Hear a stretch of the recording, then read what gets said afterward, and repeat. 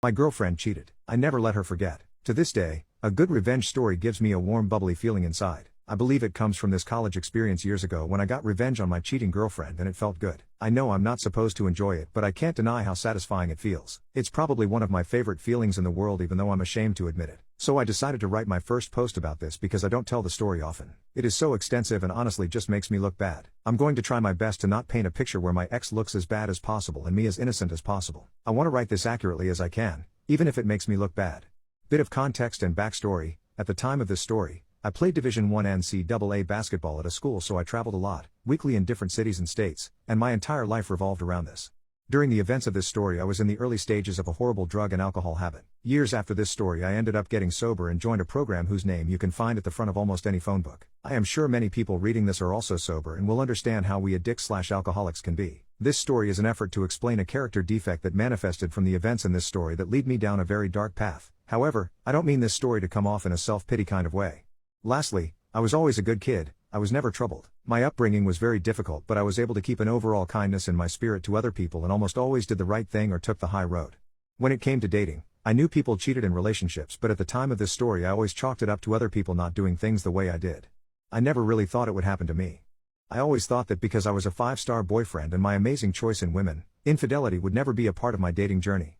I was a naive. I really thought highly of myself and also had a real arrogance like any guy in his early 20s, I guess. The build-up: I was in my junior year in university. I had been single for about a year after me and my high school GF finally broke up after 3 years. I checked that relationship off as my learning experience and I now knew what to look for in my next girlfriend. The next woman I chose to have a relationship with I would most likely marry and start my future with. I know I was young and dumb and thought I knew everything. LOL. I had my eye on this girl at my school. We will call her Lisa. I saw Lisa around the collegiate athletic facility, the university team's training grounds, and locker rooms. Lisa ran for the track team and was damn good. The various athletic teams often had parties and I knew that the first one I saw her at I would introduce myself and try to chat her up a bit and see where it led. Soon enough I see Lisa at one of these parties and we pass each other on the stairs. We make eye contact and she smiled at me. I sparked a conversation with her and after going back and forth a bit we exchange numbers. We begin the classic American style of flirting where we constantly just hint things back and forth indirectly. We slowly progress the relationship in this manner for weeks, sending texts back and forth hinting that we were interested in each other but also playing it cool to not let the other person know we had a crush on them. At the time, she was on a break with her current boyfriend who was a popular player on the football team. She ended up leaving him completely to date me. This should have been a red flag obviously, but remember, I had severe hubris. At the time her leaving him to date me just gave me a superiority complex. I was playing good in sport and if she was willing to leave this guy for me then she will never leave me for another guy. Lamau, I was a effing idiot. I can't express how much I was into Lisa. I was addictively attracted to her and had that weird feeling of I can't believe my crush is actually into me too. I really was so drowned and blinded by my crush on her I missed so many red flags, but our relationship began progressing really fast. Because of this I didn't really do a proper inventory on why I liked her so much. Fast forward like 8 months later, we are together officially. Lisa has her own athlete's dorm room, but I was a couple years older than her and was working during the summers full-time and part-time during school season and had my own apartment near campus, and Lisa was basically living with me. She even would stay there when I was out of town, which was like 3 or 4 days of every week because we were in season and the team was flying all over the country.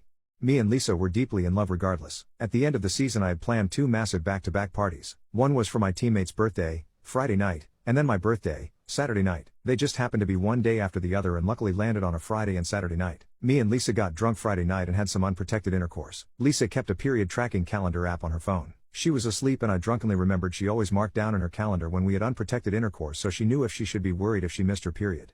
She missed her period often because she was an athlete. My inebriated brain thought she should put it in her calendar now because we would forget the next day since we were so effed up. So I woke her up and said, "Can you put in that calendar that we had unprotected intercourse?" At this point it was like 5 a.m. and we were that 5 a.m. kinda drunk where you're mostly just tired. She unlocked her phone and opened the app, and before she could even do it she fell back asleep. So I took the phone while it was still unlocked and proceeded to try and figure out how to put it in her calendar myself.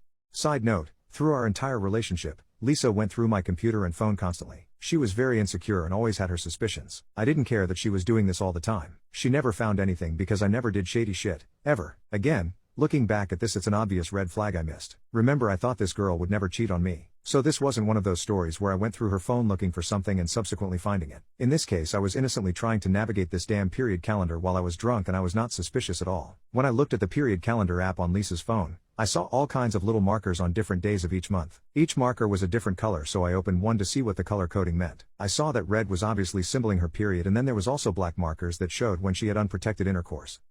This is when my heart sank into my stomach. This effing calendar was peppered with black markers. It looked like a checkerboard with only a handful of red pieces left and all the effing black ones. There was black markers on dates that I was in a different city playing basketball. I proceeded to open all of black markers going back for our entire relationship. We did not have unprotected intercourse very often, maybe once or twice a month. She had written the names of the guys she had unprotected intercourse with in the notes section of the black markers. There was a total of 4 guys throughout the entirety of our relationship that she allowed to penetrate her raw. Some months there was almost a dozen of those effing black markers. Sometimes there was 2 in one day. Looking back on this, I wonder if there were more unlisted men that I didn't see because she clearly only kept track of the guys and times she had unprotected intercourse. In almost every story I hear of infidelity, it involves the discovery of text messages, being informed by a friend, or the classic coming home early and catching your partner red-handed. I, on the other hand, discovered a effing well-documented ledger of almost every time she cheated and had unprotected intercourse. Amongst the 4 guys I discovered, one of them was her ex that she originally left to date me. Cheating on me with him was a common occurrence. There was some other unknown guy she was also clearly sleeping with him regularly. The last 2 fellas looked to be just a one-time thing, but again, like I said, these markers were just the time she had intercourse without a condom. So who knows what the true story was there. I sobered up real quick. I proceeded to look through Lisa's texts and calls and found nothing. However, at the time Android phones had a folder where you can see deleted texts but not the contents of the messages. She had thousands of deleted texts and calls, but I couldn't see what they said, but I saw the numbers and did a quick Facebook search and matched one with her ex in addition to something like half a dozen other random dudes. The worst part was I found 2 of my teammates. One guy I was actually pretty close with. I just put the phone down after a few minutes. The evidence was overwhelming. The more it seemed to look at the phone, the more my insides began to hurt. I felt so defeated. I can't fully describe the feeling, but I'm sure anyone reading this that caught a significant other cheating knows what I'm talking about. I felt so stupid for trusting her and having no suspicions of her. I couldn't stop thinking about how I regretted all the times that I had an opportunity to cheat and remained faithful to Lisa. I felt like an idiot for not cheating her when I could have. My loyalty felt like a waste. I know it sounds ridiculous and irrelevant to the fact that she was unfaithful. I think I obsessed over that because if I had cheated as well, I wouldn't have hurt so much in that moment. All I could think about was about how much I was hurt. I would do anything to not feel the pain and embarrassment anymore. Am I the only one who thought this way after catching their partner cheating? I am curious about this. Check out the crazy revenge in part 2.